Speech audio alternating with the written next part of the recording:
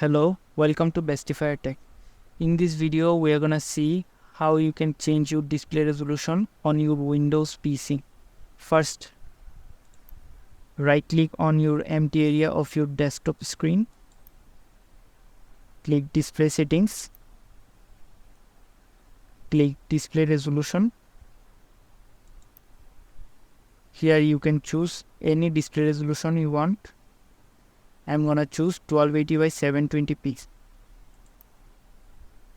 Hit Keep Changes.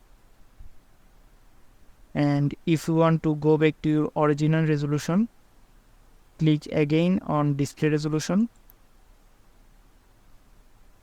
Click Recommended one. Click Keep Changes. There you go. Thanks for watching this video. If you like this video, press the like button and hit the subscribe button.